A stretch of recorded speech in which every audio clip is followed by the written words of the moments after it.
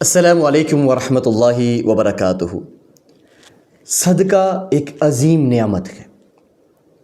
صدقہ تو بلاؤں کو ٹالتا ہے، انسان کی زندگی سے مصیبتوں کو، پریشانیوں کو ختم کرتا ہے۔ اور اسی طرح صدقے کے بہت سارے طریقے ہیں، ان میں سے ایک طریقہ آج آپ کے سامنے۔ نبی علیہ الصلوۃ والسلام نے ارشاد فرمایا، جس شخص نے کوئی پودا لگایا اور اس کی دیکھ بھال کی اور یہاں تک کہ وہ پھل دینا شروع ہو گیا، اور اس درخت کے پھل میں سے جو کوئی بھی کھائے گا وہ اس درخت لگانے والے اور اس کی دیکھ بھال کرنے والے کے لیے صدقہ ہے۔ مثلا میں نے اور آپ نے کوئی درخت لگا لیا اور اس کی دیکھ بھال کیا، وہ بڑا ہو گیا، اب بڑا ہونے کے بعد اس کی دیکھ بھال کی ضرورت نہیں ہوتی، اس سے انسان بھی کھاتے ہیں، اس سے پرندے بھی کھاتے ہیں، اس سے اللہ کی وہ مخلوقیں کھاتی ہیں جن کا ہمیں نام تک بھی نہیں آتا۔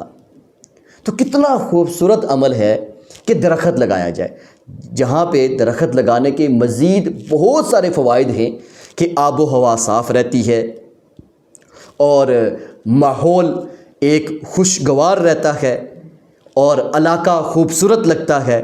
وہاں پہ سب سے بڑا جو فائدہ ہے کہ لگانے والے کے لیے وہ پودا صدقے کا سبب بن جاتا ہے۔ اس لیے ہمیں چاہیے کہ ہم پودے لگاتے رہیں، ایک تو وہ اپنے لیے بھی فائدہ مند ہیں اور ہماری آنے والی نسلوں کے لیے بھی فائدہ مند ہیں، اور سب سے بڑھ کے اس درخت سے انسان کھائیں، حیوانات کھائیں، چرند پرند کھائیں، کوئی بھی اللہ کی مخلوق اگر وہ پھل کھائے گی تو وہ پھل کھانا ہمارے لیے صدقہ لکھ دیا جائے گا۔ تو اس لیے ہمیں تھوڑا سا اپنے آپ کو ان کاموں کی طرف بھی مائل کرنا ہوگا۔ ہمیں صدقے کے جو یہ والے طریقے ہیں ان کو بھی اپنانا ہوگا۔ ہم صرف صدقہ کیا سمجھتے ہیں کہ اللہ کے راستے میں کسی کو 100 روپیہ 500 روپیہ دے دیا تو ہم نے صدقہ دے دیا، ٹھیک ہے، وہ بھی صدقہ ہے، ان صدقوں کی بھی ضرورت ہوتی ہے، ان کے لیے بھی ہمیں کوئی نہ کوئی اپنی زندگی میں لائے عمل ضرور بنانا چاہیے۔